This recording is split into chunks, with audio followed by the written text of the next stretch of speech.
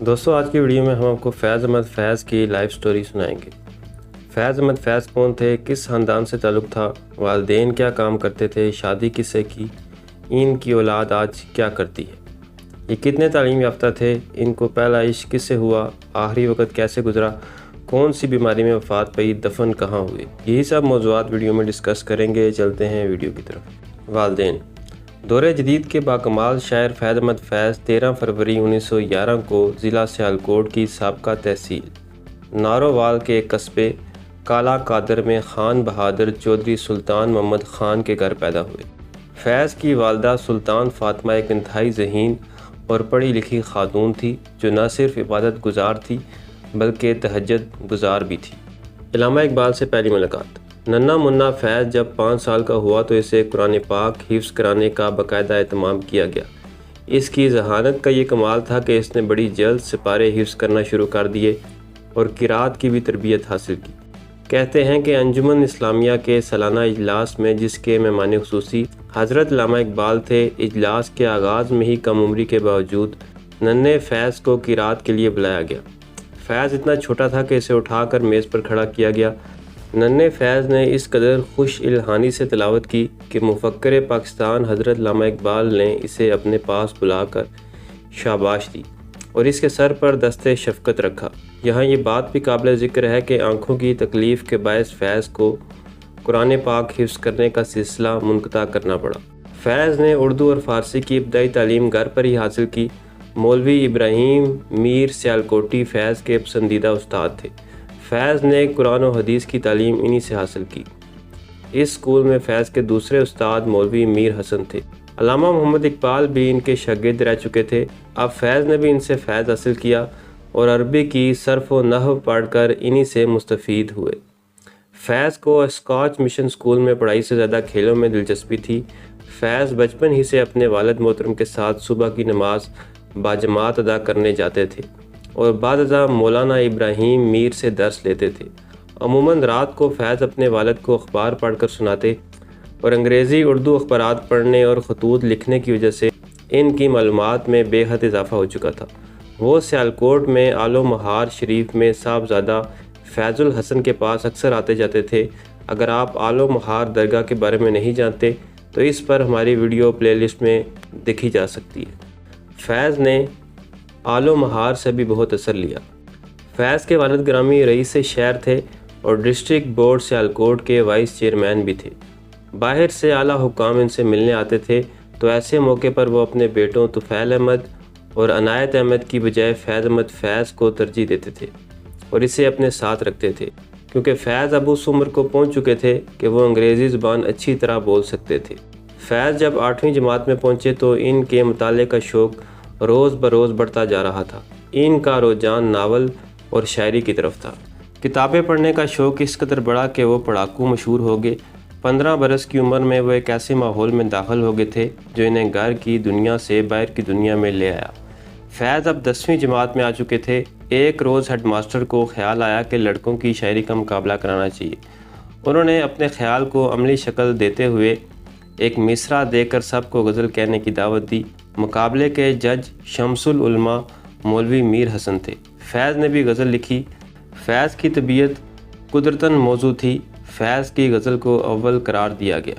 مولوی میر حسن نے خوش ہو کر فیض کو ایک تمغہ اور 1 روپیہ انعام دیا۔ انہوں نے دونوں چیزوں کو ہمیشہ سنبھال کر رکھا اور یوں فیض کا نام پورے سکول میں مشہور ہو گیا۔ فیض نے میٹرک کا امتحان فرسٹ ڈویژن میں پاس کیا اور مرے کالج سے ایف اے کا امتحان فرسٹ ڈویژن میں پاس کیا۔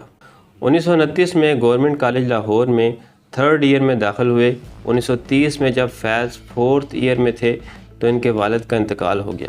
1933 میں انگریزی میں ایم اے پاس کرنے کے بعد 1934 میں یونیورسٹی اورینٹل کالج سے ایم اے عربی کا امتحان پاس کیا۔ ملازمت۔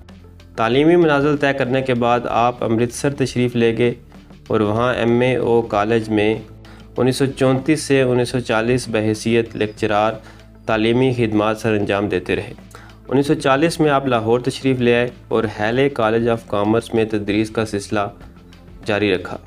اس دوران انہیں لندن میں بی بی سی کی سروس جوائن کرنے کا آفر بھیجا گیا، مگر فیض صاحب نے اپنے ملک ہی میں رہنے کا فیصلہ کرتے ہوئے اس آفر کو قبول نہیں کیا اور ہیلی کالج میں انگریزی پڑھانے کو ہی ترجیح دی۔ پہلی محبت۔ فیض صاحب کی صاحبزادی سلیمہ ہاشمی نے اپنے مضمون فیض اینڈ پرفارمنگ آرٹس میں فیض صاحب کے حوالے سے لکھا کہ 17-18 سال کی عمر میں ہمیں ایک افغان لڑکی سے عشق ہوا جو بچپن میں ہمارے ساتھ کھیلا کرتی تھی۔ اس کے گھر والے افغانستان سے اسی وقت آئے تھے جب والد آئے۔ وہ لائل پور کے گاؤں میں آباد ہوئے تھے۔ میری بہن کی شادی بھی اسی گاؤں میں ہوئی، چنانچہ ہم بہن سے ملنے کے لیے وہاں جاتے تھے۔ ایک صبح ہم جاگے تو ایک حسین لڑکی اپنے طوطے کو دانہ کھلا رہی تھی۔ اس نے ہمیں دیکھا، ہم نے اسے دیکھا اور دونوں میں محبت ہو گئی، بلکہ ہمیں ہو گئی۔ روایت کے مطابق ہم رازداری سے ایک دوسرے کا ہاتھ تھام لیتے تھے، لیکن ہم اس سے آگے نہ جا سکے۔ اس کی شادی کسی امیر زمیندار سے ہو گئی اور ہم ہمیشہ کے لیے دکھی رہنے لگے 8 سال تک۔ شادی 20 اکتوبر 1941 کو شیخ عبداللہ نے ایلس کیتھرین جارج اور فیض کا نکاح پڑھایا۔ فیض کی والدہ نے ایلس کا نام کلثوم رکھا۔ ایلس ساس کی بہت عزت کرتی تھی۔ ایلس نے اپنے محبت بھرے کردار سے ثابت کر دیا کہ وہ ایک اچھی بہو ہے۔ اولاد۔ فیض کی پہلی بیٹی سلیمہ 1943 میں دلی میں پیدا ہوئی۔ اس کی کردار سازی میں اس کی دادی کا بہت عمل دخل تھا۔ سلیمہ بعد میں نیشنل کالج آف آرٹس کی پرنسپل بھی رہی۔ منیرہ نے 1945 میں شملہ میں جنم لیا۔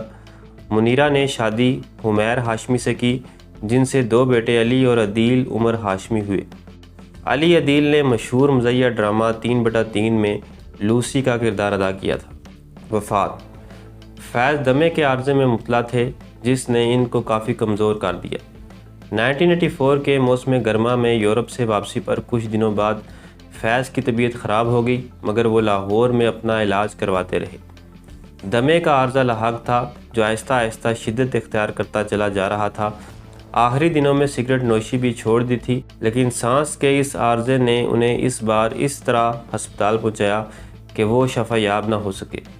18 نومبر کی شب فیض کو میو ہسپتال میں داخل کروایا گیا اور ان کو بچانے کی پوری کوشش کی گئی، لیکن تمام کوششیں ناکام ہو گئیں اور 20 نومبر 1984 کی دوپہر 1:15 پر لاہور کے میو ہسپتال کے ایسٹ میڈیکل وارڈ میں وفات پا گئی۔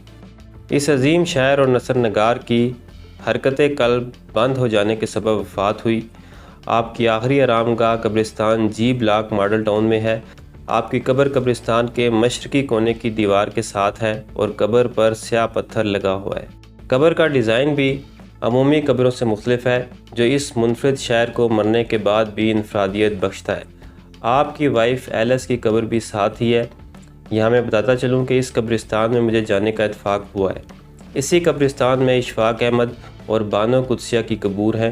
ان کے بیٹے انیس کی قبر بھی اسی قبرستان میں ہے۔ یہ تھی میری آج کی ویڈیو، ملتے ہیں اگلی ویڈیو میں، تب تک اللہ حافظ۔